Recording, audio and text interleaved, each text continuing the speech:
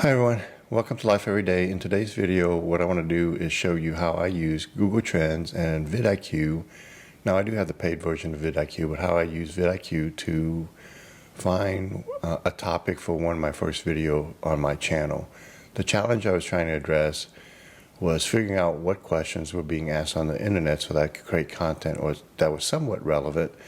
Now, just because you go through this process, it doesn't mean that your video is going to get a lot of views, but at least you're somewhat on target in terms of understanding the type of information people are looking for and creating content that attracts some interest. Clearly, starting out a YouTube channel, one of the challenges is gaining audience. So you really have to focus in on answering questions that are being asked in your videos, so that you can be relevant in terms of getting search hits, etc. So I'm going to jump in my computer right now and show you what I did.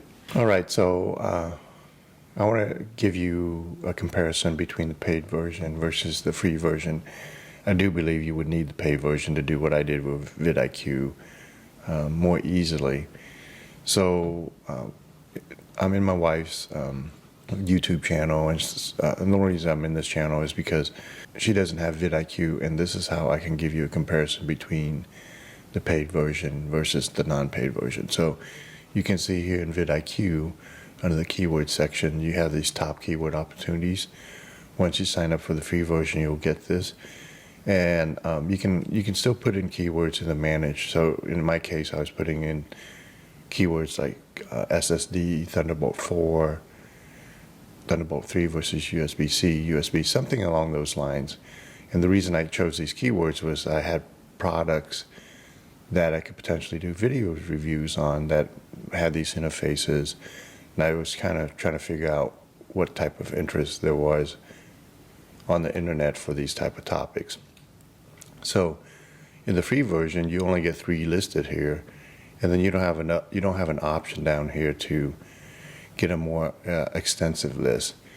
So you need to unlock with Boost, which is a paid version of vidIq, to get the more extensive list. So I'm going to jump back into my version of vidIq and show you what that looks like. Okay, so I'm in my version of vidIq, and you can see over here, let me go into manage my keywords and show you the keywords I put in. It's not exactly the same, but it's close enough, right? SSD, Thunderbolt 3, USB-C, versus USB 3.1, USB-C, so these type of topics, the interfaces as well as the SSD comment. Hit save and then close out the window, and when you get in the paid version is you get 5 top keywords, and then you also get this view all keyword opportunities, and this is really where I discovered some usefulness in vidIq. So you go here and you actually sort on the overall rating. You can see higher is better, low competition, high monthly searches. So these are the search volume monthly, and then competition. Let's see if it gives you a clue.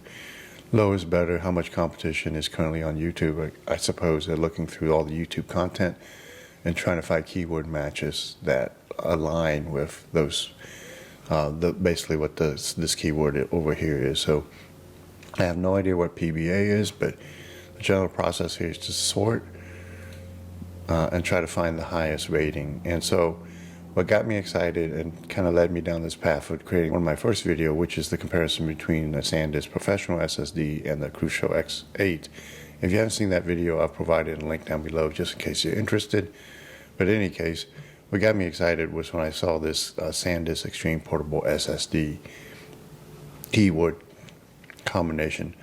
Monthly search is 16,000, and then the amount of people creating content for this particular SSD is pretty low. So I thought, yeah, I have an SSD that's a SanDisk. It's not the Extreme Portable, but it's a SanDisk Professional that people may be interested in, as well as the Crucial X8. Now, I suppose I could have done more extensive research, looked into if people are looking for the keyword Crucial X8, but I didn't do that. I just was trying to get through this process and create content for my channel and just get the process started. So I use this as a starting point to say, okay, I'm on the right path in terms of finding a video topic. Then I wanted to just make sure that it wasn't just vidIq telling me this. There was other sources. So looking for a second point of reference to make sure that it is truly the fact that people are looking for this term. Now the paid version, you can actually click in here and drill in a little bit more. Obviously the score is the same thing. You can look at for related keywords that may be relevant. So you can see Samsung T7 search volume is 2,300 versus 1,300. So even the T7 has more search volume, and then portable SSD in general has a lot of search volume. So I think this hints to you that you should put in these type of keywords in your tags potentially, and maybe in your description about portable SSD or something of those lines, because clearly there's a lot of search volumes for that. And then the type of questions that are being asked in terms of this topic. And again, you can view all. I think this is really powerful in terms of, SanDisk Extreme. Why is my SanDisk 1 terabyte Extreme portable SSD external drive not working on my Mac? So people are trying to solve problems, and so I think this would be a good topic to address. So, looking for video ideas, I think vidIq is pretty powerful. But anyways, like I said, I was trying to find a second point of reference. I use Google Trends. And what I did is basically copied this entire phrase in.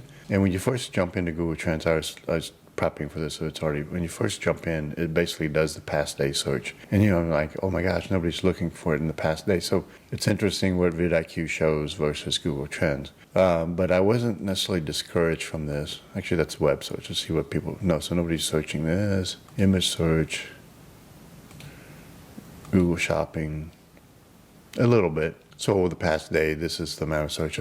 I'm recording this at 9 o'clock in the morning. So from 9, let's say 9 yesterday to 9 today, yeah, there wasn't much hit. So I was a bit discouraged that these things didn't line up. But regardless, let me switch back to YouTube search. If you do the past 12 months, you do see some more hits. But a couple things I'll point out is on YouTube search, you can see how it peaks in November 26th to December 2nd. It's interesting. I kind of wonder if these people were looking at it because of Black Friday sales or whatever, right? So let's go to just do web search and see what happens. So the same kind of peak here. So at least there are some searches over the period of 12 months for this topic. So that's how I came up with the topic for my channel. Now, like I say, this is not precise by any means. It just gives you an indication of whether the topic you've chosen is somewhat relevant in terms of what people are looking for on the internet, and there's some sort of interest in that type of topic. I hope you found this video useful. If you did, subscribe to the channel, hit the like button and notification button, and I'll see you in the next video.